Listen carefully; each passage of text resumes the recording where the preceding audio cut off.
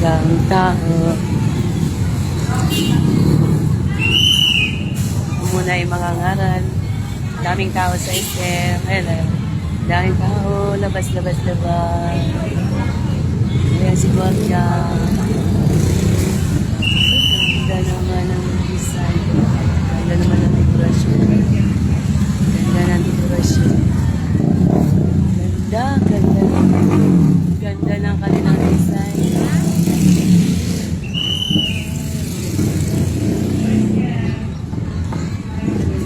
Daming tao. Dami ng tao. Daming tao. Dami na. Dami ng tao. Dito muna ako mangangaral.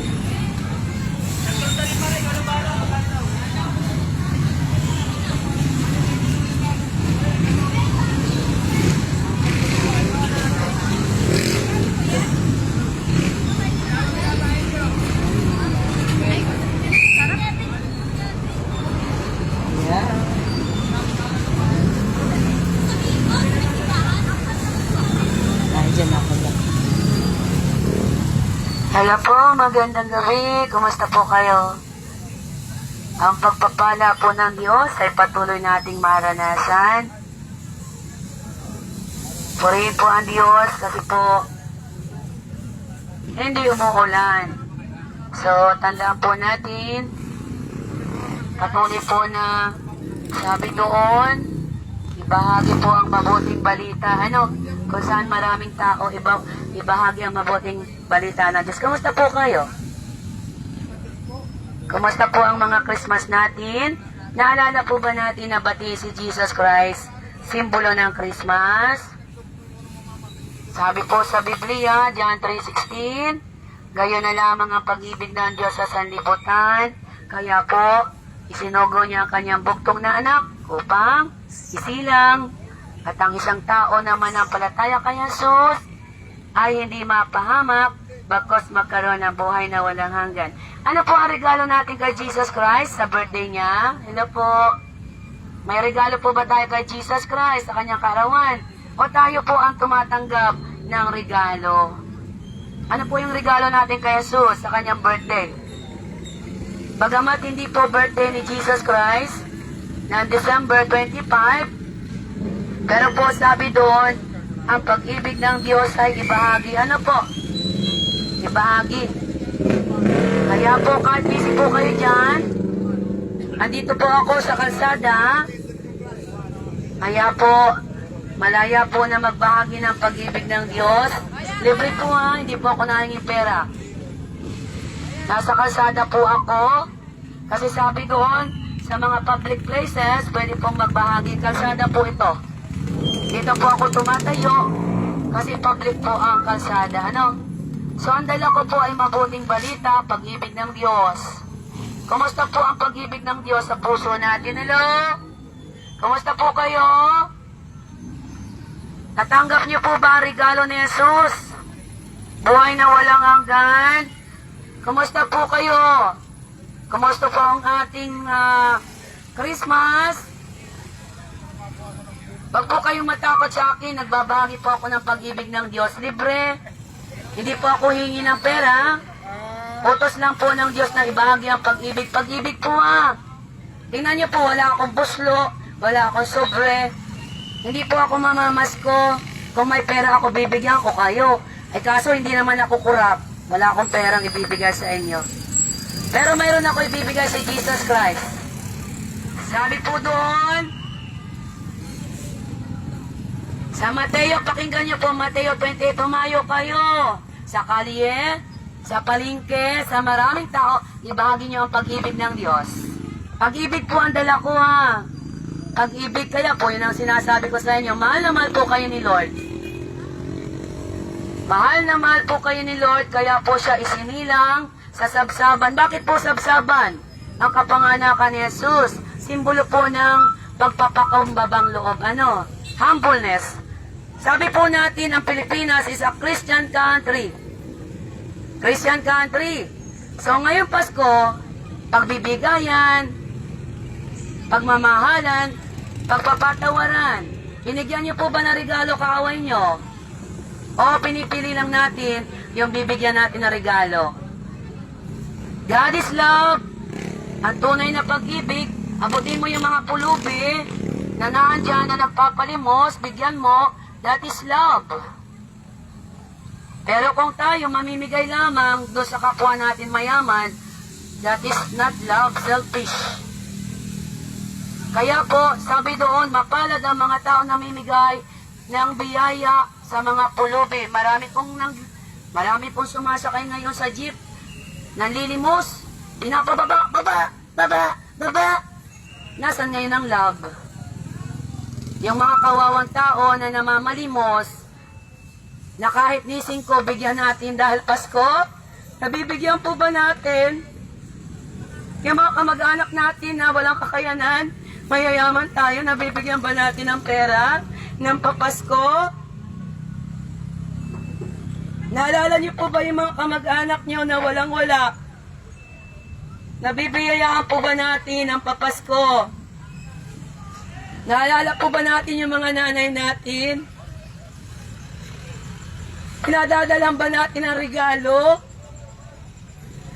Naalala po ba natin ang pamilya natin na kapuspalad? Nabigyan ba natin kahit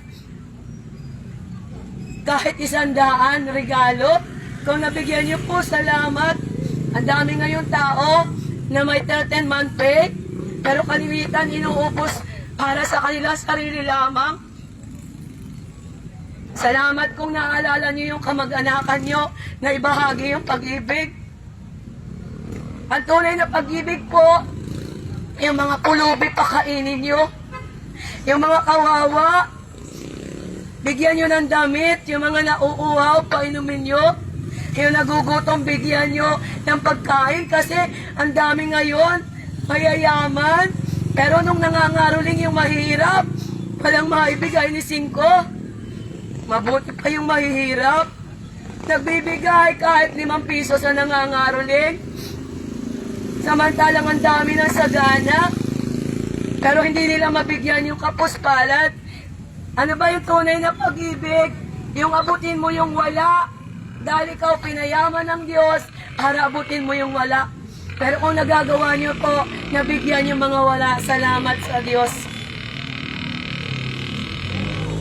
Bumaba si Jesus, buhat sa langit, ipinanganak sa sabsaban, pagpapakita ng pag-ibig. Ganun ang pag-ibig ng Diyos. Pero tayo mga tao kung minsan namimili tayo ng bibigyan, hindi ko yung bibigyan. God is love, mga ate kuya. Ang tunay na pag-ibig, pag binigyan ka ng regalo, hindi ka mag-e-expect na balikan ka ng regalo dahil ang Diyos ang magpapala sa mga taong mapagbigay. Yun po ang tunay na pag-ibig. Kaya po sa John 3:16, ang tunay na pag-ibig ay ito. Mahalin mo yung kapwa mo nang hindi ka humihingi ng kapalit.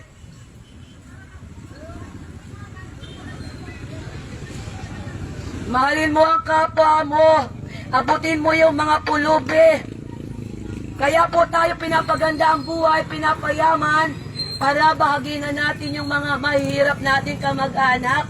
Nawa po, ngayong Pasko, hanggang, sabi nila, hanggang January 6 pa, maalala natin yung mga kamag-anakan natin na kapuspalad, padala natin ang grocery, padala natin ang makakain, that is love. Yung po yun. Yung po ang tunay na diwa ng Pasko. Yung pag-ibig ng Diyos, iparamdam mo sa mga kapuspalad, matutuwa ang Diyos, lalo kang pagpapalain.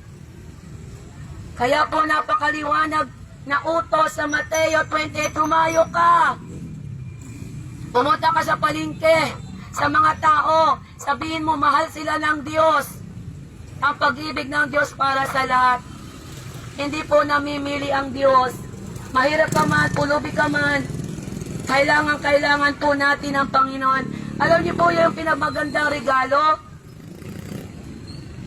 Regalo ng Diyos Ama, si Jesus. Natanggap niyo na po ba si Jesus? Bilang Diyos tagapagligtas, siya po yung regalo. Dahil si Jesus po, yung magliligtas sa atin. Ano po? yung magdadala sa atin sa langit. Alam niyo po ba, may hula next year, magtatagutom. Buong mundo, magtatagutom. Kaya ang sabi doon, yung may mga bukid, magtanim po kayo ng mga pagkain, saging, gulay, kamote, para makasurvive po tayo. Buong mundo po, magtatagutom. Why?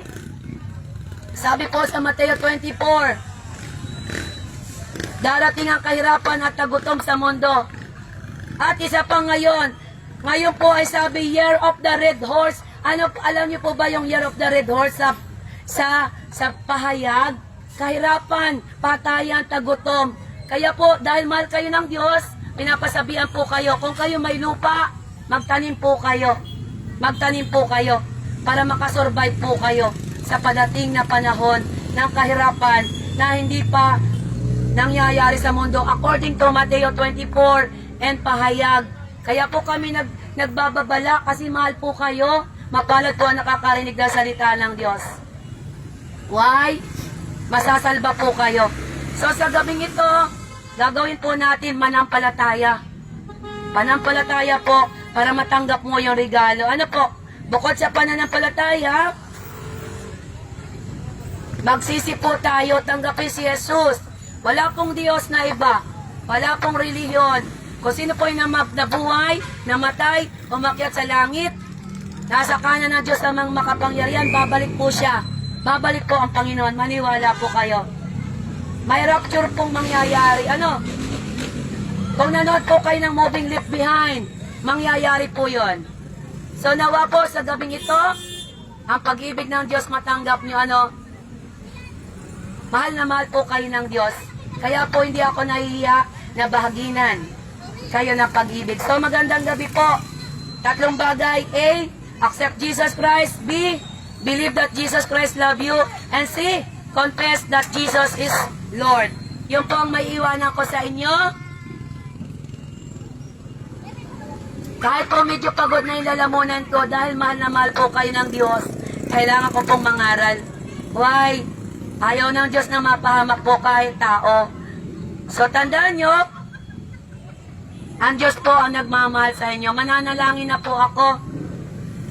Ang makapangyarihan, salamat po sa kaunting oras na pagbabahagi ng mabuting balita. Marinig po nila na mahal sila ni Lord. Ikaw na po ang bahala. Ang mahalaga, nagawa ko po yung trabaho ko na hindi mahiya at sabihin sa kanila, may langit, may impyerno. Kailangan nila si Jesus dahil sa padating na panahon, 26, 27, 28, 29, 30, maraming robot na po ang ginagawa ng China para po ipalit sa mga tao. Kawawa po pag nawala ng trabaho mga tao. Kaya i-consider po ng mga tao ang pag-ibig ng Diyos sa gabing ito. Ama, lumalapit po ako, nagsisisi. Hindi ko po kayang iligtas sarili ko. Sa oras na to, patawad po. Ikaw na po ang Diyos ko kapagligtas. Ikaw yung namatay sa krus, nabuhay, at babalik ka. Sa gabing ito, pagpalain po yung mga tao, yung bus. Pagpalain po, ingatan, ang daming aksidente ngayon, yung bus, yung mga van po, pagpalain po yung mga van, yung magka-travel papuntang Tayabas, Lokban, Mauban, Sampaloc, Katanawan, Mulanay, pagpalain po yung mga banayan at mga driver, gisingin mo po sila. Mahirap po kasi na mag-drive ng inaantok. Ama, mahal na mahal mo ang mga tao. Maging ang mga gwardiya, pagpalain mo po sila. Mahal mo po ang mga taong ito. Mahal mo po sila, Panginoon. Bawat driver, maging sino ka pa man, ilagay mo sa puso mo na mahal ka ng Diyos. Kaya po ako nangangaral. Pagpalain mo po sila at sa taong 2026, bagamat darating po yung kahirapan, isang bagay po ang tandaan nila. Yung mga tao magkitiwala kay Kristo, mananampalataya, at si Jesus ang Diyos, hindi po niya papayagan na mapahamak o gutumin. Maraming salamat po.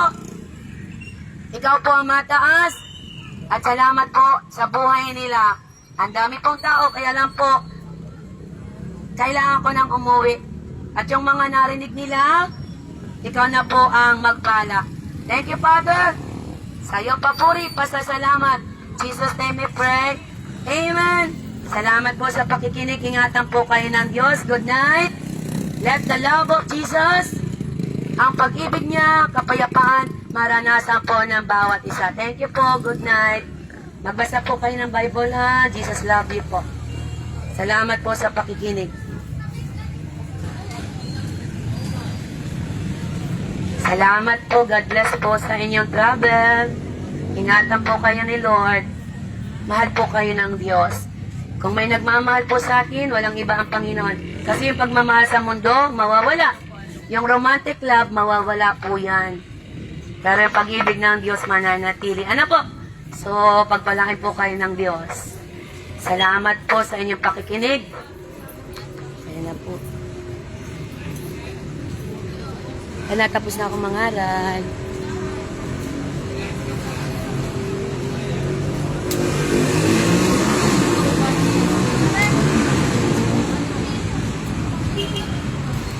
Hindi ako nilapitan ng gwardiya. Hindi ako Praise the Lord. Hindi ako mapalis ng gwardiya kasi nasa kalsada ako. Hindi ako maitaboy ng gwardiya. Kasi pag ako'y tumungtong doon sa kanilang kalsada, bawal daw. Di ako sa kalsada tumungtong, public, hindi ako maitaboy ng gwardiya. So, salamat po Panginoon, nakapagbahagi ng kaligtasan. Pagpalain po yung mga nakarinig. Thank you, Lord. Jesus' name I pray. Amen. Bayan. Kasunod. God bless po mga kapatid. Out na ako, uuwi naman. Ang mahalaga, maibahagi si Jesus Christ para maligtas sa mga tao. Amen. Oy, akin ang isa. Ay, salamat po. Sasakay na ako sa jeep. Ganun lang ang buhay, mangaral. Para maligtas sa mga tao. Ay, sorry naman. Ang dami pa pala, Sorry po, ha. Yun. Ay, na. Ayan. Sorry, ha. Ay. Grabe, Lord. Pinawisan ako. Masakit na lalamunan ko sa pangaral. Kaya lamang ay mahal sila ni Lord. Kaya kailangang mangaral. Ano? Salamat mga kapatid. Uy, glory to God. Salamat po sa panalangin niya. Ang daming tao dito sa SM. Purihin ng Diyos, hindi ako tinaboy nung gwardiya. Pag ako nangangaral sa SM, tinataboy ako parang walang Jesus. Kailangan. So, ayan. Dahil ako'y naandito na, ako mamamahagi. Gandang gabi po. Pinaparating po sa inyo ng Diyos sa John 3:16. Gayon na lang ang pag-ibig ng Diyos sa sanlibutan. Makinig lang po kayo. Hindi naman po ako manghihingi ng pera ko. Isa lang po dyan. Mahalaga lang po na ibahagi ang pag-ibig ng Diyos. Kasi nga po utos ng Panginoon. So, tandaan nyo, mga next year, ang panahon po ay magtatagutom. Nawa po, tayo po ay magsipaganda, magkaroon po tayo ng relationship with the Lord. Tanggapin po natin ang Panginoon bilang Diyos tagapagligtas para po maligtas tayo. Ang buod po ng Christmas, John 3:16. At kaya po pala ipinanganak si Jesus, isinugo, para mamatay po siya sa cross, para tayo ay iligtas sa ating mga kasalanan. So, hindi po religion na, kundi pag-ibig ng Diyos, pananampalataya, ang magliligtas sa atin. Kaya po kami, hindi nahihiya na magbahagi. Kasi, ang Panginoon ay babalik.